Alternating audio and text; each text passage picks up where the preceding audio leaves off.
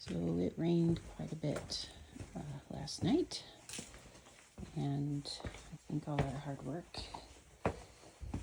got wiped out. So, yep, here we are again.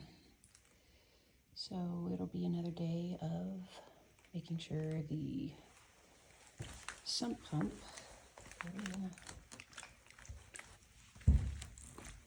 goes on,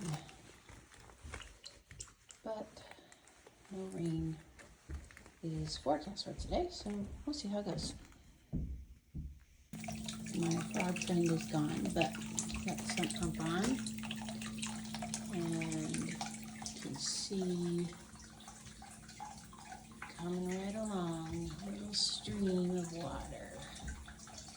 There's a lot, so it'll probably be on for a while. And come back down and check it, make sure, listen for when it goes off.